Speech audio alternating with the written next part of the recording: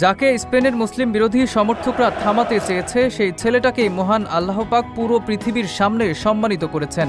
লামিনের বিশ্বাস ছিল মহান রবের ওপরে, আর সৃষ্টিকর্তাও যেন তাকে দুমুঠো ভরে সম্মান দিলেন। চুপ করালেন স্পেনের মুসলিম বিরোধীদের। হ্যাঁ, তাই মুসলিম বিরোধীদের উপযুক্ত জবাবটাই দিলেন লামিনে ইয়ামাল।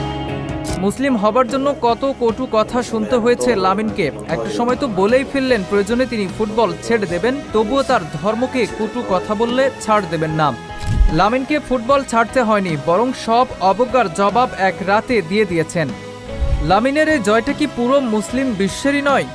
স্পেনে যখন চলছে মুসলিম বিরোধী স্লোগান, তখন ফুটবল মাঠে মুসলিমদের হয়ে একাই লড়ে যাচ্ছিলেন বার্সেলোনা সেনসেশন।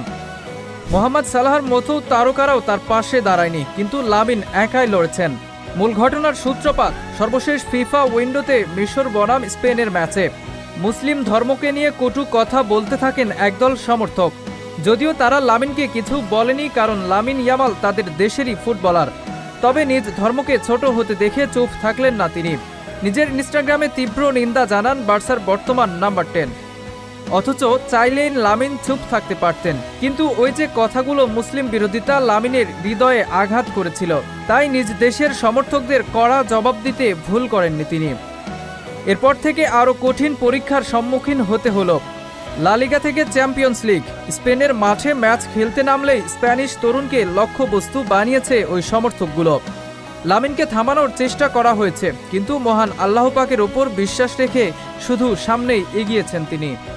সৃষ্টিকর্তার ওপরে যার বিশ্বাস, তাকে আটকানোর সাধ্য আছে কার? তাই তো লরিয়ার্স স্পোর্টস ওয়ার্ল্ড অ্যাওয়ার্ড, যাকে বলা হয় ক্রীড়া বিশ্বের সবচেয়ে সম্মানিত পুরস্কার, সেই সম্মান উঠল লামিনের হাতেই।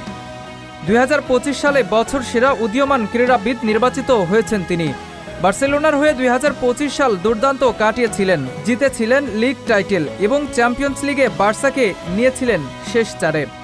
সকল সমালোচনা আর বাজে দিন উপেক্ষা করে সৃষ্টিকর্তার ওপরে বিশ্বাস রাখা লামিনের জন্য অ্যাওয়ার্ড বিশেষ প্রাপ্তি। লামিন আগামী দিনগুলোতেও এভাবে এগিয়ে যেতে চান।